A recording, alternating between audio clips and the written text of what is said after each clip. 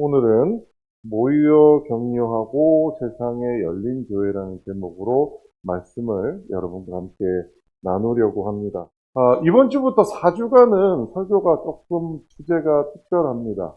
지난 한 달 동안 금요 철야예배를 나오신 분들은 같은 얘기를 왜 또 하지? 라고 이야기하실 수 있어요. 뭐냐면 지난 11월부터 4주 동안 우리 교회가 내년도에 어떻게 되어야 할까요? 라는 고민을 가지고 성도 여러분들과 나눴던 고민이 있습니다. 근데 금요일날 참석하셨던 분들은 이 고민을 다 들으셨겠지만 금요일날 참석하지 못하신 분들 그리고 그 금요일날 우리가 함께 나눴던 결과들이 공유되지 못한 부분들이 있다 보니 그 내용을 4주 동안 함께 나누려고 합니다. 그래서 이 내용들 오늘부터 함께 전하도록 하겠습니다. 오늘 본문 말씀 두 가지인데요. 우리 한 목소리로 함께 읽도록 하겠습니다. 함께 읽겠습니다. 시작! 서로 돌아보아 사랑과 선행을 격려하며 모이기를 패하는 어떤 사람들의 습관과 같이 하지 말고 오직 권하여 그날이 가까움을 볼수록 더욱 그리하자. 두 번째 말씀입니다. 오직 선을 행함과 서로 나누어 주기를 잊지 말라. 하나님은 이 같은 제사를 기뻐하시느니라. 아멘. 여러분 혹시 성격 검사 받아보신 적 있으세요? MBTI나 디스크나 여러 가지 성격 검사 유형들이 있습니다. 저도 회사에서 여러 가지 성격 검사를 해봤는데요. 여러분 성격 검사 왜 한다고 생각하세요? 제 회사에서 디스크라는 검사를 처음 해봤을 때 그 강의를 해주러 오신 분이 그런 얘기 했죠. 이거 그냥 재미예요. 재미. 사람들이 얼마나 다른지를 알아보는 재미로 하는 겁니다. 라고 얘기하시더라고요. 디스크 검사 같은 경우 좀 그랬습니다. 근데 조금 이게 고도화되기 시작하면서 여러분 요즘 다 알고 있는 그 MBTI라는 검사가 나오고부터는 이게 그냥 재미로 하는 것 같지는 않다라는 생각을 하게 되었습니다. 왜냐하면 생각보다 우리들을 기가 막히게 맞춘다라는 느낌을 받기 때문이에요. 그래서 그 MBTI라고 하는 검사가 어떻게 만들어졌는지를 제가 좀 살펴봤습니다. 저는 MBTI라는 검사가 한 90년대 이때쯤 만들어진 줄 알았어요. 그런데 MBTI라는 검사가 언제 만들어졌냐면 2차 세계대전 때 만들어졌답니다. 이미 오래전에 만들어진 겁니다. 이 MBTI라는 검사를 만든 사람이 누구였을까요? 저는 처음에 MBTI 검사 결과를 받아들고 하나님이 만드셨나? 라는 생각을 할 정도로 너무 기가 막히게 잘 맞아서 네. 근데 하나님이 만드신 게 아니고요. 어떤 심리학자인데 두 분입니다. 근데 두 분의 관계가 독특해요. 뭐냐면 모녀입니다. 모녀분이 칼 융이라고 하는 심리학자의 이론을 바탕으로 해서 만들어낸 방법입니다. 그럼 이분들이 왜 이걸 만들었을까요? 박사 논문 쓰려고 만들었을까요? 저희 배경을 듣고 깜짝 놀랐어요. 여러분 MBTI가 왜 만들어졌냐 하면 자, 2차 세계대전이 벌어졌습니다. 2차 세계대전이 벌어지면 무슨 일이 벌어지나요? 군인들로 징집이 되어갑니다. 징집이 되어가는 사람이 남자인가요? 여자인가요? 남자들이 다 징집이 되어가다 보니 직장에 누구만 남아요? 여자들만 남아요. 게다가 남자들이 일하던 곳에 이제 누가 들어가야 돼요? 여자들이 들어가야 돼요. 근데 확실히 여자분들이 똑똑한가 봅니다. 왜냐하면 남자들이 일하는 자리에 여자분들을 넣으려고 보니까 함부로 막 어떤 곳에 일하라고 집어넣었더니 일을 잘 못하는 거예요. 그래서 성격 검사라는 걸 통해서 어떤 일에 어떤 사람이 잘 맞는지 혹은 이 조직 안에서 이런 사람과 저런 사람의 죄송한 표현이지만 잘 조합이 되는지 그걸 확인하기 위해서 만들어진 것이 MBTI라고 하는 검사라고 합니다. 그래서 MBTI라는 검사의 논문을 보면 만든 이유가 있는데요. 첫 번째는 뭐냐? 내가 어떤 사람인지 이해하는 겁니다. 여러분 보통 요새 MBTI는 뭐 할겠어요? 너를 이해하겠습니다. 그렇지 않나요? 야, 너 T야? 이런 얘기할 때 많이 쓰죠. 근데 그게 아닙니다. MBTI는 원래는요, 나를 이해하기 위해 만든 겁니다. 자, 두 번째는 그 MBTI는 다른 사람을 판단하기 위해 만든 게 아니라 다른 사람을 이해하기 위해 만들었다라고 하는 겁니다. 저는 MBTI 검사를 하고 나서 MBTI에 대한 신뢰감이 생기고 난 다음에 회사에서 면접 객관으로 면접을 볼 때가 있습니다. 면접을 볼 때 항상 조심스럽게 물어봅니다. 혹시 오늘 오신 분은 MBTI가 어떻게 되세요? 라고 물어봅니다.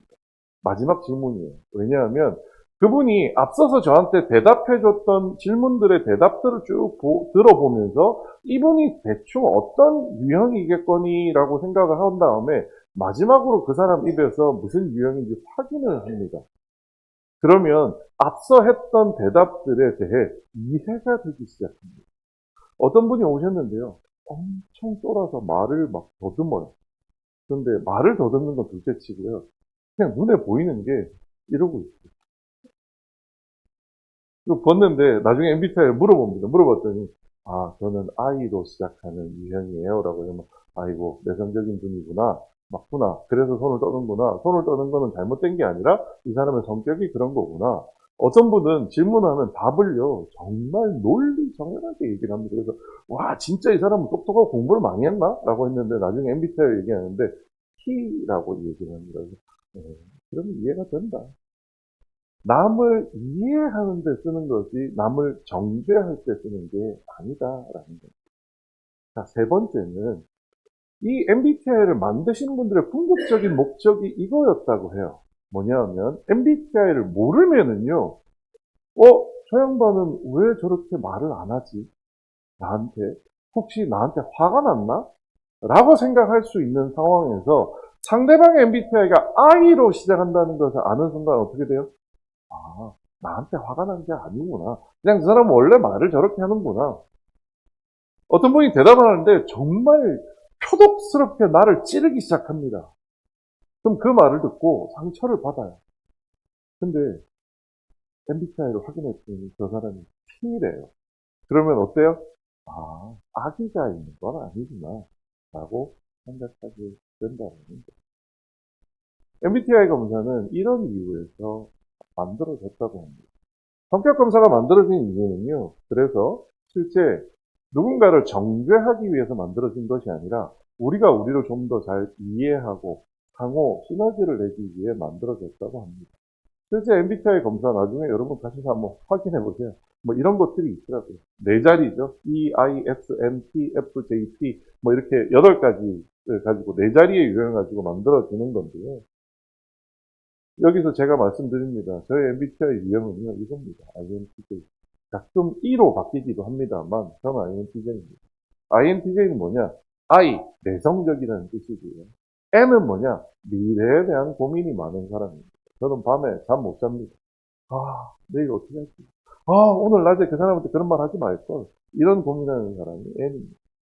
T는 뭐냐? 논리적인 사람. J는 뭐냐? 계획적인 사람입니다. 그래서 저하고 뭔가 같이 일해보신 분들은 다 항상 힘들어 하시는 분들이 누구냐면, 어떻게 모든 걸 그렇게 다 계획대로 하세요? 라고 하는 분과, 두 번째는 뭐냐면, 그거 하나 계획이 틀어졌다고 왜 이렇게 힘들어 하세요? 라고 하는 두 유형의 사람들을 저는 본 적이 있습니다. 여러분들의 MBTI는 어떠세요? 여러분들은 여러분들을 잘 이해하고 계신가요? 또, 여러분들은 여러분 옆에 있는 사람들의 MBTI를 저는 아셨으면 좋겠어요. 아시면은요, 그 사람이 하는 대화나 이야기들이 왜 그런지 좀 더 이해하게 된다는 측면에서 장점이 있습니다. 사실 이번에 MBTI라고 하는 것을, 원래 MBTI는 사람을 위해서 만들어진 겁니다. 근데 이 유형들을 보다가 문득 제가 든 생각이 있었어요. I가 좋은 걸까요? E가 좋은 걸까요? N이 좋은 걸까요? S가 좋은 걸까요? 세상 말대로 보면 T는 다 나쁜 것 같고 F가 좋은 것 같은데 여러분은 어떻게 생각하세요? 그런데 이 MBTI 검사를 해보고 나서 제가 스스로를 INTJ라고 정의하고 났더니 저한테 숙제가 생기더라고요. 뭐냐면 저는 I입니다. 그래서 I처럼 내성적으로 살아야 하느냐? 아닙니다. 저한테 숙제가 생겼어요. 뭐냐면 제가 E와 같이 되어야 한다는 거예요. 저는 사회생활을 하기 위해서는 I가 아닌 E처럼 저를 개발할 필요가 있다는 생각이 들었어요. 근데 저는 다행히도 I와 E의 비율이 49대 51입니다. 직장 생활을 하면요, E로 바뀝니다. 그리고 요즘처럼 또 혼자 지내면요, I로 바뀝니다. 그래서 저는 균형 있는 인간이에요. 자, 그런데 N과 S 같은 경우에는 저는 N이 80%가 넘습니다. 그 다음에 T도 그렇고 J도 그렇고 다 80%가 넘어요. 저는 어떤 사람이에요? 전부 다 한쪽에 치우쳐진 사람이에요. 그럼 제가 지금부터 할 일은 뭐예요? S가 되도록 애를 써야 돼요. F가 되도록 애를 써야 돼요. 제일 힘들어요. J이지만 P가 되도록 애를 써야 된다라는 거예요. 이렇게 생각하고 났더니 저는 이 내용을 교회에도 적용해 볼 수 있겠구나라는 생각을 하게 돼요. 모든 교회들은 나름의 특성을 가지고 있습니다. 그 교회들의 특성에 중요한 것은 우리는 이런 교회이니 이런 교회로 계속 그 색깔을 유지합시다가 좋은 걸까? 제가 MBTI를 읽고 교회 유형에 대해서 적용해 본 다음에 알게 된 사실은 뭐냐? 하나님이 요구하시는 교회의 특성은요, 균형 있는 교회. 그래서 이번에 이 MBTI를 가지고 우리 교회를 분석했습니다. 창원초대교회는 어떤 교회이며 새해에는 어떤 교회로 나가야 될까요? 그래서 저희는 MBTI의 4자리 가지고 1주, 2주, 3주, 4주, 11월달 이렇게 4주의 금요 예배를 통해서 우리 교회는 어떤 교회고 앞으로 어떻게 나가야 될지에 대한 연구를 함께 성도 여러분들과 예배를 통하여 진행하였습니다. 그 결과를 오늘부터 하나씩 보여드리려고 합니다. 첫 번째, I냐 E냐입니다. I는 뭐냐? 모일 때 힘이 나는 교회입니다. E는 뭐냐? 흩어질 때 힘이 나는 교회입니다. 여러분 생각하시기에 에이 어디 흩어질 때 힘이 나는 교회가 있어요? 있습니다. 네. 당연히 있고요. 제가 알고 있는 유명한 교회 중에 서울의 광염교회라는 곳이 있습니다. 예전에 아이틴가에서 지진 났을 때 기억나실 거예요. 뉴스에서 아이틴가에서 지진 났을 때 우리나라에서 그 나라가 이렇게 주관을 해서 IT에 구호팀을 보내는 것보다 먼저 구호팀을 보낸 데가 어디냐? 그 광염교회. 그 광염교회는요, 뉴스가 떴다라고 하면 교회 임원들이 모입니다. 야, 이번에 여기에 이런 일이 벌어졌대. 우리 교회에서 나가서 홈기로 가야 되겠다. 그래서 교회에서 제일 먼저 나갑니다. 광염교회 가장 놀라운 것 중에 하나는요, 매주마다 들어오는 헌금의 50%를 그 달 내에 무조건 쓰게 되어 있습니다. 뭐 했어요? 맛있는 거 먹으면서요? 아니요. 주변에 뭔가 이웃에 나누기 위해서 쓰고 있는 거예요. 그게 흩어지는 교회예요. 여러분, 다시 한번 여쭐게요. 창원초대교회는 모이는 교회인가요? 흩어지는 교회인가요? 모이는 교회입니다. 여러분께 설문했어요. 설문했더니 이렇게 나오더라고요. 우리는 교회 안에서 모이는 데 집중합니다. 라고 대답하신 분들의 숫자가 훨씬 많았습니다. 반면에 세상 속에서 복음을 전하고 봉사활동을 활발히 하고 있습니다는 이제까지 한 설문 중에 가장 낮은 점수가 나와요. 우리는 흩어지기보다 모이기 잘하는 교회라는 거예요. 저는 모이는 교회, MBTI 검사하면 창원초대교회는 I 유형의 80%쯤은 나올 겁니다. 우리는 모이기를 잘하는 교회예요. 실제 그렇죠? 여러분, 주일날 뿐만 아니라 평일날도 하루에 3번씩 1시간씩 기도하러 나오시는 모임들이 있고요. 여러 가지 우리는 교회에 와서 신앙생활을 잘하는 교회입니다. 여기서 저는 2가지 질문이 생겼습니다. 첫 번째 질문이 뭐냐면, 그럼 우리는 모이는 것은 정말 성경대로 하나님이 원하시는 대로 잘하고 있는 걸까요?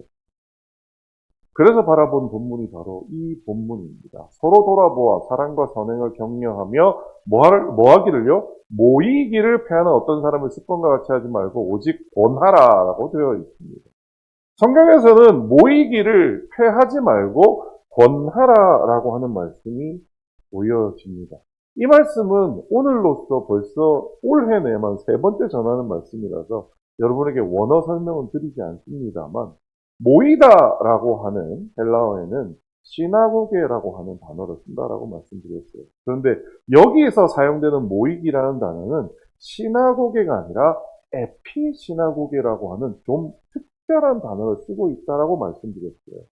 사실 이게 뜻하는 건 뭐냐면 실제 우리도 잘 알고 있습니다. 모임에는 2가지 유형이 있다는 겁니다.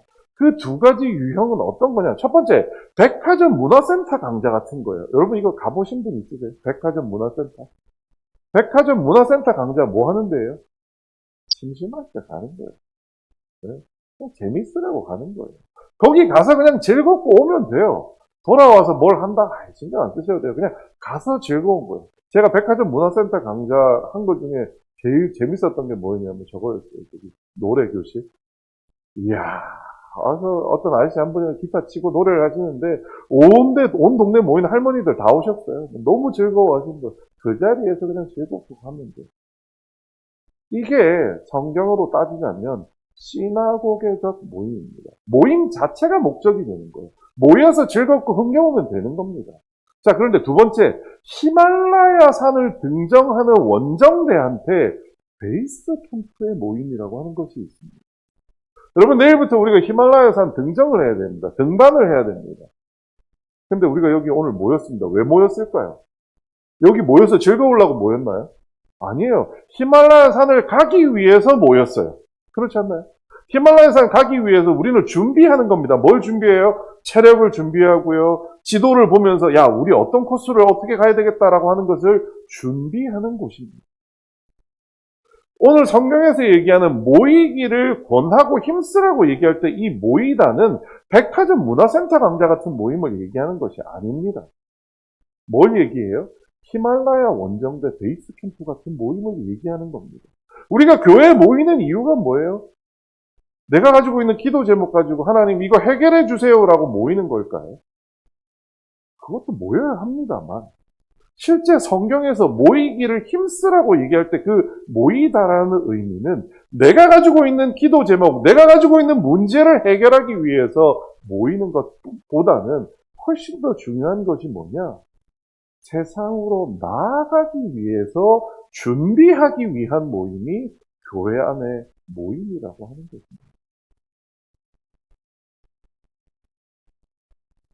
서로 돌아보아 뭐를 격려하라고 하나요? 사랑과 선행을 격려하라고 이야기합니다. 그리고 언제까지요? 그날이 가까울수록 더욱더 모이라고 얘기합니다. 우리의 목적지가 어딘지 명확하게 밝혀주고 있습니다. 목적지가 어디예요? 그날입니다. 그날이 올 때까지 우리는 뭘 준비해야 돼요? 사랑과 선행을 서로한테 격려해야 한다는 겁니다. 그럼 도대체 사랑과 선행을 격려하여 예수님의 재림의 그날을 준비하라고 했는데 그 사랑과 선행이라고 하는 것이 뭐냐라는 거예요. 사랑과 선행. 교회 안에서뿐만 아니라 교회 밖에서. 우리가 계속해서 강조하고 얘기했던 게 있습니다. 예수 왜 믿어요? 군인은 뭐 하는 사람이에요? 싸우는, 지키는 사람이에요. 학생은 뭐 하는 사람이에요? 공부하는 사람이에요. 그럼 예수 믿는 사람은 뭐 하는 사람인데? 기억 안 나세요? 예수 믿는 사람은 사랑하는 사람. 왜요? 우리가 사랑을 받았습니다. 사랑과 선행을 격려한다는 게 뭐냐? 예수님께서 우리를 얼마나 사랑하셨는지를 기억하고 우리가 나가서도 그 사랑대로 베풀고 살아야 한다라고 하는 것을 서로가 격려하며 이야기하는 것이 필요하다는 겁니다. 그러기 위해서 뭘 해야 된다고 했느냐? 서로 돌아보라고 이야기합니다. 그걸 어떻게 해요? 더욱 더 잘 서로 돌아보라는 거예요. 서로 돌아본다라고 하는 것이 카타노에오라고 헬라어를 쓰고 있는데요. 노에오라는 단어가 원래 쳐다보다라는 단어예요. 근데 카타라는 말이 앞에 붙으면 강조의 의미가 들어갑니다. 이거는 진심으로 전력을 다해 돌아보다라는 거예요. 오늘 아침에 여러분 예배 오셔가지고 옆에 분들이랑 인사하셨죠? 안녕하세요. 그건 카타노에오가 아닙니다. 카타노에오는요, 여기에 있는 기도 제목 같은 거. 깊이 그 사람이 어떤 생각을 가지고 있는지, 어떻게 지내는지 함께 대화 나누고 그 사람에게 어려움이 있는지 없는지 그 사람을 위하여 기도해 주는 것이 카타노에오, 서로 돌아보다라는 말씀이라는 거죠. 원래 우리가 모이기를 잘 한다라고 한다면 우리가 정말 잘 모이는 교회라고 한다면 서로 돌아보아 사랑과 선행을 격려하는 것을 잘하고 있어야 한다라고 하는 것입니다. 그런데 이 주차에 설문을 할 때 여쭤봤어요. 성도간 교제나 친밀감이 우리한테는 좀 있습니까? 라고 얘기했을 때 보통입니다. 라고 나왔어요. 여러분, 보통입니다의 한국 사람 설문의 특징상 보통이라는 말의 뜻이 뭔지 알아요? 없는데 차마 어떻게 없다고 얘기해요. 라고가 보통입니다의 뜻입니다. 무슨 얘기예요? 초대교회 안에 나눔이 거의 없어요. 초대교회 안에 성도 간의 교제가 별로 없다라는 거예요. 그 극명한 예가 그 다음 질문에 나왔습니다. 새신자나 외부인들과 우리는 교류를 잘 하나요? 1.9 나왔습니다. 안 하고 있다는 거예요. 무슨 얘기예요? 우리는 힘써 모이는데 모여서 뭐해요? 뭐만 해요? 내 기도 제목만 가지고 하나님하고 나하고 1대1로만 합니다. 또 여러분 교회 와서 많은 걸 나누시죠? 누구하고만 나누세요? 목사님하고 사모님하고만 나누시지 서로 나눠요? 안 나눕니다. 왜요? 나누다가 싸우거든요.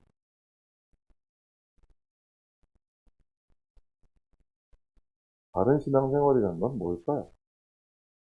사랑과 선행을 행하는 것입니다. 사랑과 선행을 행하는 것이 뭔지 본문인데요. 우리 같이 한번 읽어보겠습니다. 좀 길지만 같이 한 목소리로 읽어보겠습니다. 시작! 형제 사랑하기를 계속하고 손님 대접하기를 잊지 말라. 이로써 부지 중에 천사들을 대접한 이들이 있었느니라. 너희도 함께 갇힌 것 같이 갇힌 자를 생각하고 너희도 몸을 가졌은즉 학대받는 자를 생각하라. 모든 사람은 결혼을 귀히 여기고 침소를 더럽히지 않게 하라. 음행하는 자들과 간음하는 자들을 하나님이 심판하시리라. 돈을 사랑하지 말고 있는 바를 족한 줄로 알라. 그가 친히 말씀하시기를 내가 결코 너희를 버리지 아니하고 너희를 떠나지 아니하리라 하셨느니라. 아멘. 여기 형제 사랑하기 주라고 써 있으니까 저는 형제 없는데요. 자매밖에 없는데요. 어떤 분은 난 외동인데요. 이렇게 얘기할 수 있습니다. 이 당시의 문화를 살펴보면요. 형제는 누구를 말하냐? 요즘 말로 하면 이웃입니다. 우리 주변에 살고 있는 그 이웃들이 형제입니다. 손님이 누구예요? 처음 만나는 사람들입니다. 우리는 어떤가요? 사랑과 선행을 격려하라고 할 때 그 사랑과 선행이 뭐냐 하면 우리에 있는 이웃을 사랑하라는 거예요. 우리 다 그런 얘기합니다. 가족은 사랑하죠. 친척까지도 어떻게든 해보겠어요. 앞집 아저씨를 사랑하라고 하면 제가 들은 대답 중에 제일 황당한 게 있어요. 그 앞집 아저씨 벤츠 타던데? 앞집 아저씨가 벤츠 타는 거랑 내가 그 아저씨를 사랑하는 거랑 무슨 상관이 있나요? 우리는 모두 내 친척이나 내 이 범주 안에 들어있지 않은 모두를 뭐로 생각하느냐? 경쟁자로 생각합니다. 그래서 저 사람이 벤츠 정도 타는데 내가 뭘 저 사람한테 사랑을 해줘. 지가 나를 사랑하면 모르지. 나는 국산차 타는데. 대부분 그렇게 생각하지 않나요? 손님 대접하기를 잊지 말라고 합니다. 여러분 언제부터인가 교회는 문을 걸어 잠그기 시작했습니다. 손님 환영하지 않는데 지난주 얘기 들은 것 중에서 제일 상당한 얘기죠. 하나 여러분한테 전해드리겠습니다. 시골에 있는 지방 교회인데요. 새성도 오는 걸 극도로 싫어한다. 이게 말이 될 것 같아요? 말이 안 되죠. 새성도 오는 게 왜 싫어요? 근데 그 목사가 그런 얘기를 합니다. 성도가 10명 남았고요. 교회 부동산이 2억이랍니다. 그러면 나누기 10을 하면 얼마예요? 2천만 원. 교회가 빨리 망해서 교회가 깨지기를 바라는데, 성도가 하나 더 오면 분모가 커져요? 분자가 커져요? 분모가 커지잖아요. 그래서 10분의 1을 내가 받을 거를 11분의 1을, 안 돼, 안 돼. 새 성도 오지 말라 그래. 그 정도고는 안 시키는 교회가 있답니다. 초대교회는 어떤가요? 설마 그래서 우리가 성도들을, 새 성도가 늘지 않는 건 아니겠죠? 그건 분명히 아닙니다. 올해 이미 5분이나 새로 오셨으니까. 새로 오신 분들 대접하라고 합니다. 학대받는 자를 생각하라고 합니다. 여러분 어떠세요? 내가 학대받고 있다고 생각할 때 왜냐면 내 기도 제목 내가 제일 급하잖아요. 근데 세상에는 정말 끔찍하고 힘들게 살아가는 사람들이 많이 있습니다. 예수님 뭐라고 얘기하셨냐면 그 자들을 생각하라고 얘기합니다. 우리가 그분들을 도와드리지는 못할 망정 그분들을 위해 생각하며 기도하는 것이 사랑과 선행을 격려하는 일이라고 합니다. 결혼 생활을 지키시고요. 이 말이 저한테 제일 끔찍했습니다. 돈을 사랑하지 말고 있는 바를 족한 줄로 알라. 회사 관두니까 말일 되면 매달 들어오던 게 안 들어옵니다. 이야, 놀랍더라고요. 그러니까 딱 1일날 통장을 딱 보면, 와, 다시 뭔가 리셋이 돼서 금액이 딱 정상이 돼야 되는데, 빠지기만 하는 거예요. 가슴이 철렁했습니다. 이번에 은퇴하신 집사님들이나, 뭐, 당연히 은퇴하신 집사님들 똑같이 겪고 있을 거예요. 그래서 돈이 우리 세상에, 우리가 삶에 얼마나 중요한지 저도 너무 잘 알고 있습니다만, 하나님 뭐라고 말씀하시느냐. 돈을 사랑하지 말라고, 있는 바를 족한 줄로 알라고. 돈을 사랑한다는 게 뭐예요? 돈이 목적이 됩니다. 강원초등교회에서는 이제 돈을 쓰려고 합니다. 내년에. 돈을 많이 모아두는 게 아니고요. 많이 쓸 겁니다. 그래서 많은 사람들에게 사랑이라는 이름으로 돈을 좀 써보려고 해요. 여러분 돈이 되세요? 걱정되세요? 하나님은 그렇게 말씀하셨습니다. 있는 바로 족한 줄로 알라. 돈을 사랑하지 말라라고 말씀하셨던 것이 사랑과 선행을 격려하는 것들입니다. 이 일들이 다 뭐냐? 우리가 교회에서 기도하고 말씀 보고 설교 듣는 것처럼 하는 일인가요? 아닙니다. 일상에서 해야 되는 일입니다.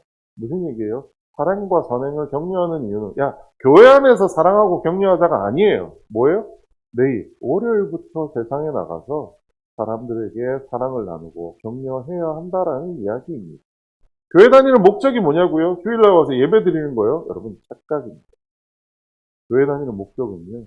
세상에 나가서 예수의 증인이 되는 것이 교회 다니는 목적이지 초신자에게는 그렇습니다. 초신자에게는 교회에 나오는 것이 목적입니다. 왜요? 내가 그 사랑을 만끽해야 하니까요. 하지만 이미 오래 믿은 성도에게 우리가 신앙생활을 하고 기독교인이라고 얘기하고 예수 믿는 이유는요. 교회에 모이는 것이 목적이 아니라 흩어져 나가서 세상에서 예수 그리스도의 빛과 소금 역할을 하는 것이 우리의 유일한 사실을 기억해야 합니다. 일상에서 사랑에 실천하도록 대화하고 격려하는 것이 우리가 모이기를 힘써야 하는 근본적인 이유라고 하는 것입니다. 한번 생각해 보죠. 우리가 일상에서 사랑을 실천하고 대화하고 격려하는 교회 모임 어떤 게 있을까요? 예배가 있을 겁니다. 그렇죠? 저는 예배에서 계속 그런 설교 말씀을 드리니까 여러분 생각하실 거예요. 하지만 한 가지 더 있습니다. 그게 뭐냐 하면 소그룹 모임입니다. 우리 교회에서는 구역 예배라고 부르는 모임입니다. 그래서 우리는 금요일 날 저녁에 얘기하면서 우리 구역 예배가 어떻게 되어야 할까요? 라고 하는 주제로 워크샵 여러분들의 의견들을 들어봤어요. 여러분 참석하셨던 분들은 보셨을 거예요.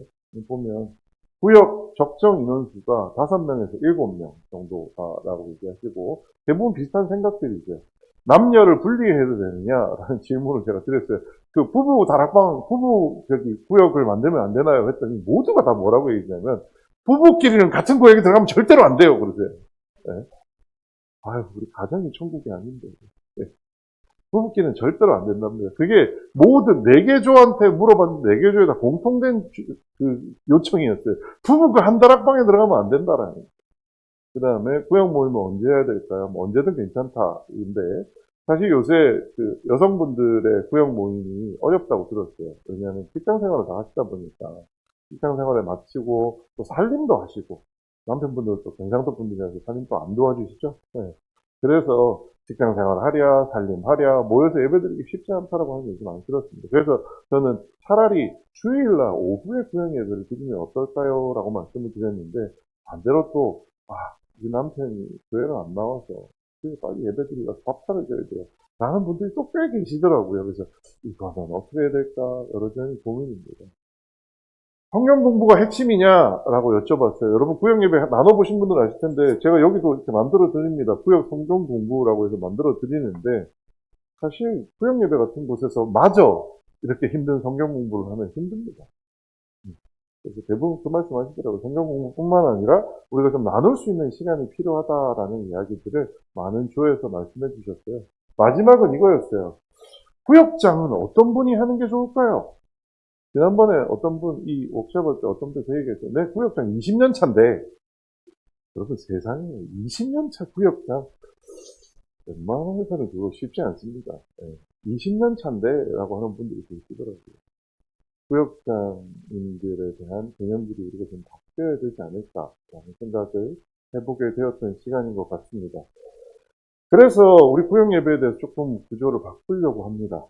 첫 번째가 뭐냐, 구역예배 규모가 실제로 모이는 분들이 5명에서 6명 정도 되도록, 그래서 실제 좀 못 모이는 분들까지 포함하면 한 8명 정도까지 들어갈 수 있게끔 구역을 다시 개편하려고 생각합니다.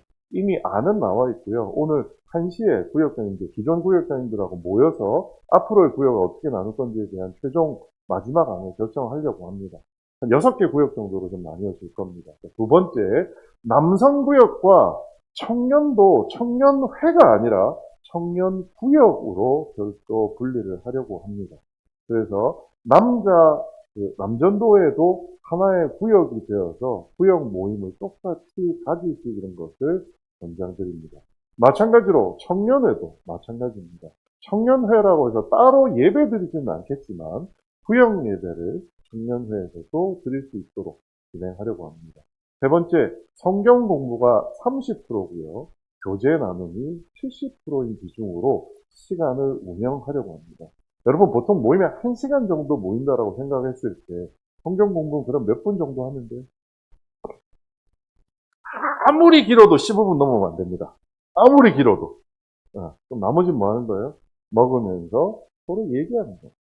우리의 기도 제목들을 나누고 우리가 한 주 어떻게 살았는지. 그래서 아까 오늘 말씀대로 뭐예요? 사랑과 선행을 격려하는 겁니다. 그 자리에서 또 요새 저기 임영웅이가 어디서 콘서트 한다던데 이런 얘기는 안 되죠. 여러분 제발. 네. 지난주 한 주에 여러분 삶 속에서 우리가 어떤 힘든 일이 있었는지 하나님께 어떤 것을 구하고 있는지를 함께 나눈 시간이었으면 좋겠습니다. 네 번째, 모임의 장에 대한 이야기입니다. 이것도 고민이 되게 많았어요. 사실 가장 분량이 없는 건 뭐냐면 그냥 위에서 지정하는 겁니다. 하세요! 라고 하면 이제까지 그렇게 해왔잖아요. 하는 방법이 제일 분량이 없습니다. 근데 이번에는 그렇게 하지 않으려고 합니다. 뭐냐면 여러분에게 구역을 알려드리면 그 구역 분들이 함께 모이실 겁니다. 그래서 모이셔서 그 자리에서 구역장을 결정하시면 됩니다. 다수결이든 기도해서 뽑든 쪽지로 이걸로 해서 뽑든 뽑으시면 됩니다. 여러분 그러면 이런 생각 드실 거예요. 이 사람이 아니면 어떡하죠? 이 사람 리더십이 없는데 또 내가 구역장을 맡게 되신 분들 이런 생각하실 거예요. 저 한 번도 해본 적 없는데요. 그래서 구역이 하나 더 생깁니다. 무슨 구역이냐? 구역장 구역이 생깁니다. 구역장 구역의 구역장은 누구냐? 접니다. 구역장 구역의 구역은 저고요. 저와 함께 따로 구역 예배를 드리실 겁니다. 제가 구역 예배 5명에서 6명 모여서 성경 공부 30%, 교재 나눔 70% 어떻게 하는지 매주 보여드릴 거예요. 든든한 선생님이 있으니까 설마 누가 하더라도 하실 수 있겠죠? 구역장 이렇게 뽑아서 진행해 볼 겁니다. 올해 이렇게 하는 거고요. 해보고 이거 아닌 것 같아 라고 판단이 된다면 내년에 바뀔 거예요. 저희가 새로운 도전을 하게 되면 항상 시끄러워지고 어려워지게 마련입니다만 여러분들 하나님께서 인도하신다면 이 모든 거 극복할 거라고 생각합니다. 두 번째 질문입니다. 우리에게 무조건 흩어지면 어떻게 실천할 수 있을까요? 오늘 나눴던 본문 중에 히브리서에 이런 말씀이 있더라고요. 오직 선을 행함과 서로 나누어 주기를 잊지 말라. 하나님은 이 같은 제사를 기뻐하시느니라. 선을 행한다라고 하는 것은 마치 넘어진 사람을 일으켜주는 것 같은 생각을 하기 쉽습니다. 그런데 서로 나누어 주기라고 하는 표현을 쓰고 있습니다. 서로 나누어 주다라고 하는 말씀은 우리가 너무 한 번은 들어본 적 있으실 거예요. 코이노니아라고 들어보셨죠? 여러분 저 코이노니아를 한국어로 번역할 때 뭐라고 번역하는지 아세요? 교회라고 번역합니다. 네.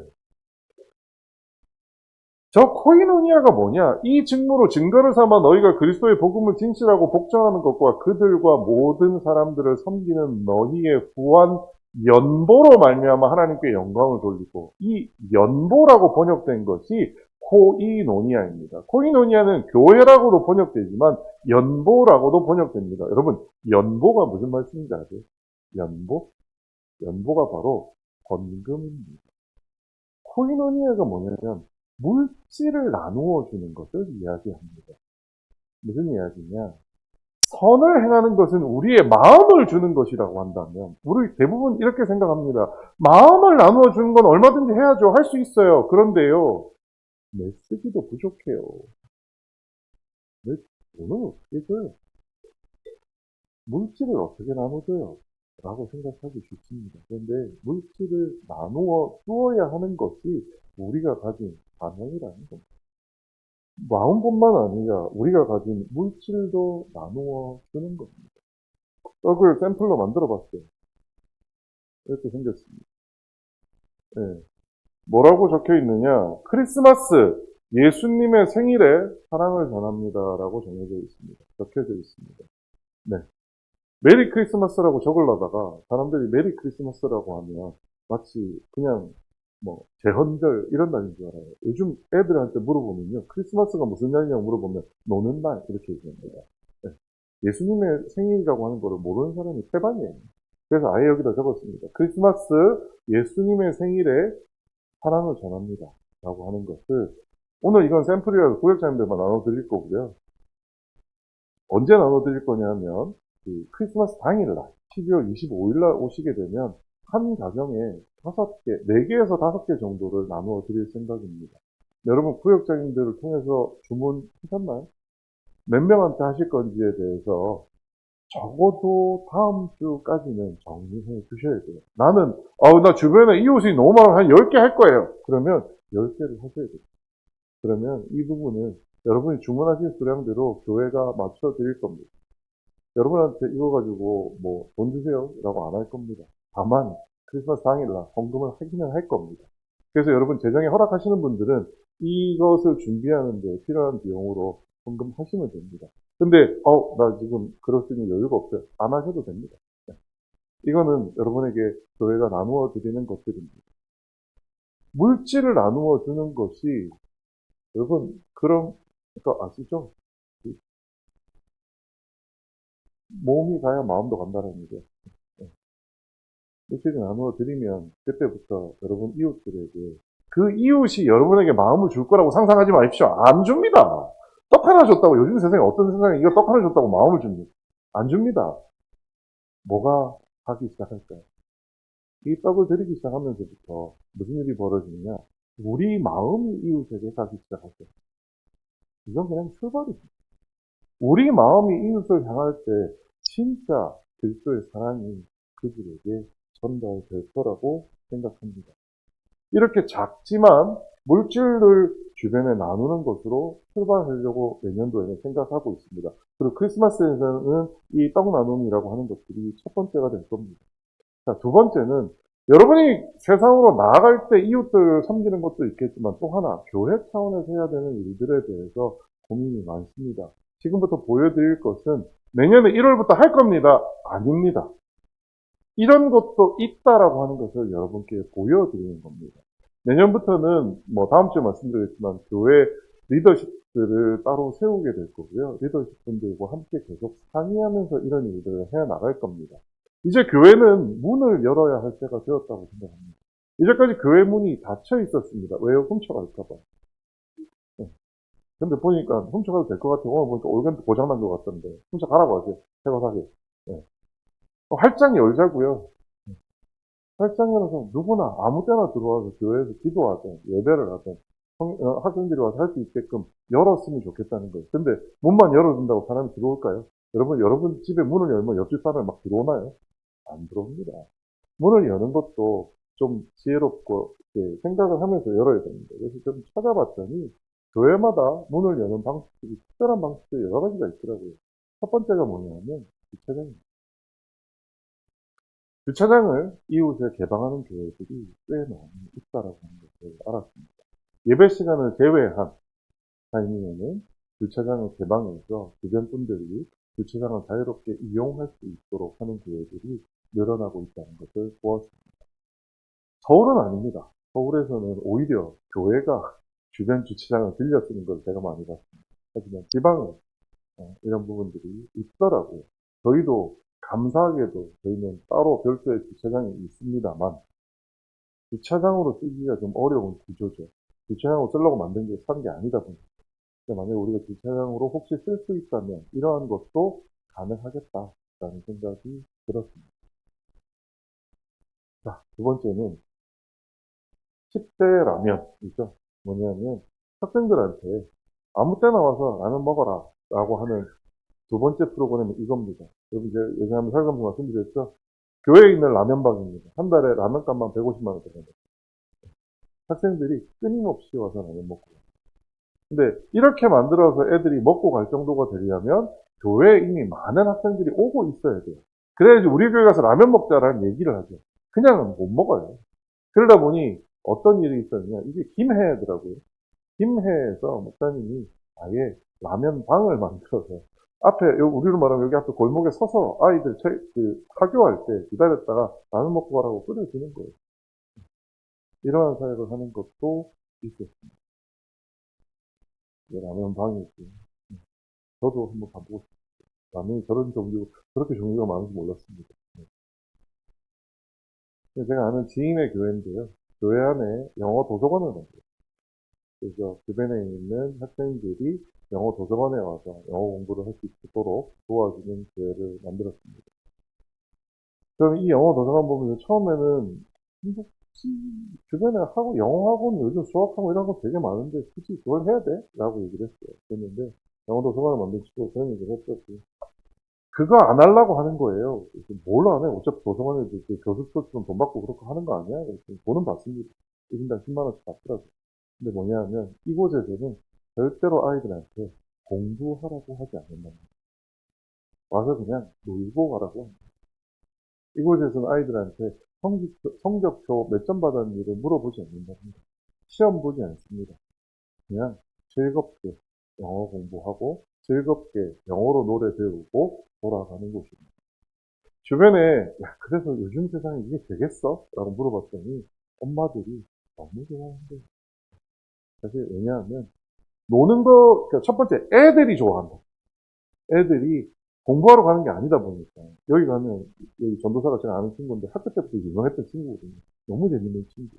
선생님이 너무 재밌어요. 그래서 가기를 너무 좋아한다. 두 번째는 아이들이 여기만 학원 다니는 게 아니잖아요. 여기뿐만 아니라 영어 학원 가요, 수학 학원 가요, 발레 학원 가요, 피아노 학원 가요. 근데 어느 날 엄마는 출근했는데 오늘 피아노 학원에 차가 안 돈다는 거예요. 그러면 피아노 학원 못 가잖아요.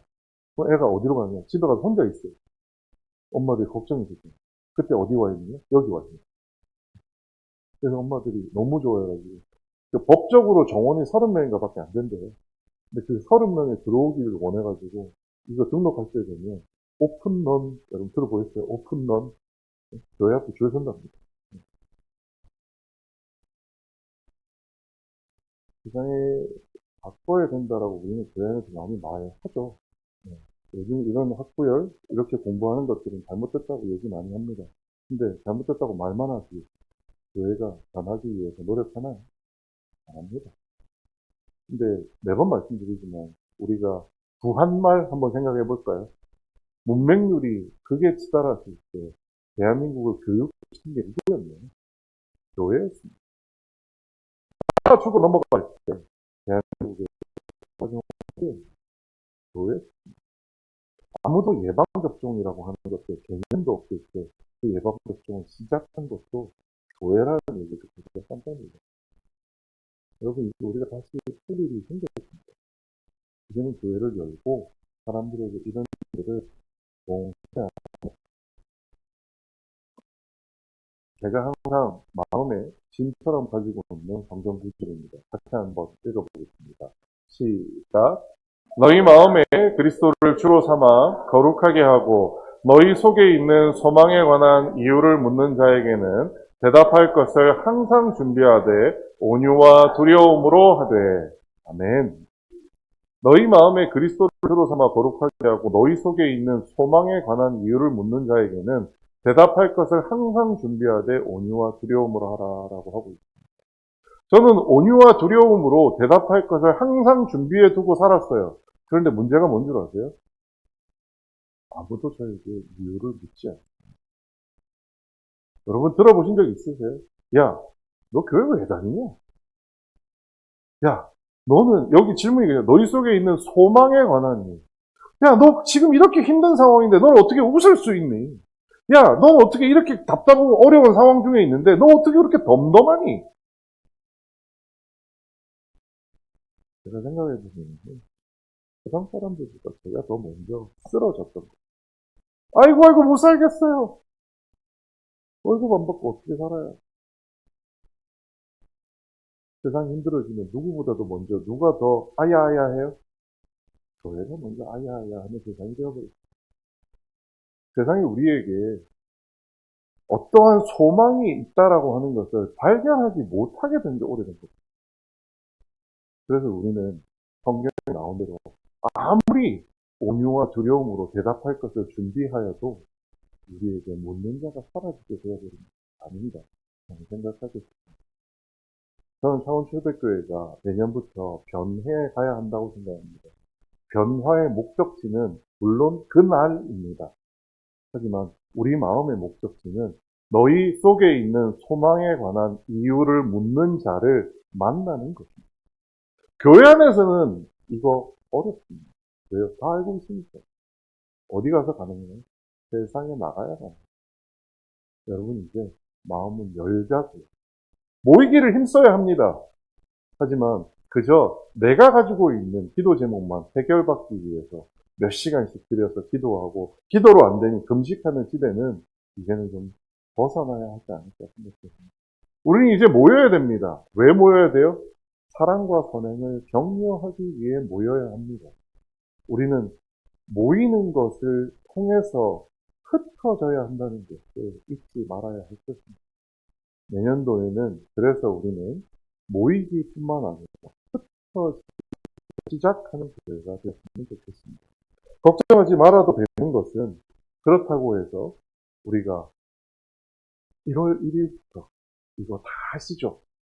그렇게 하지 않습니다. 말씀드린 대로 다음 주에 말씀드리겠지만 교회에 필요한 리더십들과 함께 상의하면서 단계적으로 하나씩 해나갈 예정입니다. 어려울 겁니다. 보기 싫은 걸 거고요. 여러분에게 더 많은 것을 요구하는 일이 생길 수도 있습니다.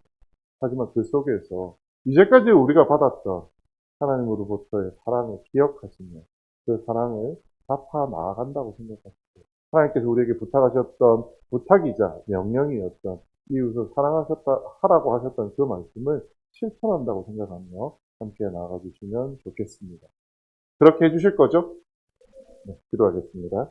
지금은 우리 주 예수 그리스도 은혜와 하나님 아버지의 크신 사랑과 성령님의 감동 감화하심과 충만하심이 오늘도 계획을 세우며 믿음으로 기도하며 준비하며 열린 교회가 되어 많은 영혼들을 찾기를 원하는 주의 종과 주의 성도들과 아버지 초대교회 위에 그리고 우리가 아버지 선교하는 선교지마다 또 선교사들마다 가족들마다 사랑하는 나라와 민족 위에 영원토록 함께 계시옵기를 간절히 축원하옵나이다.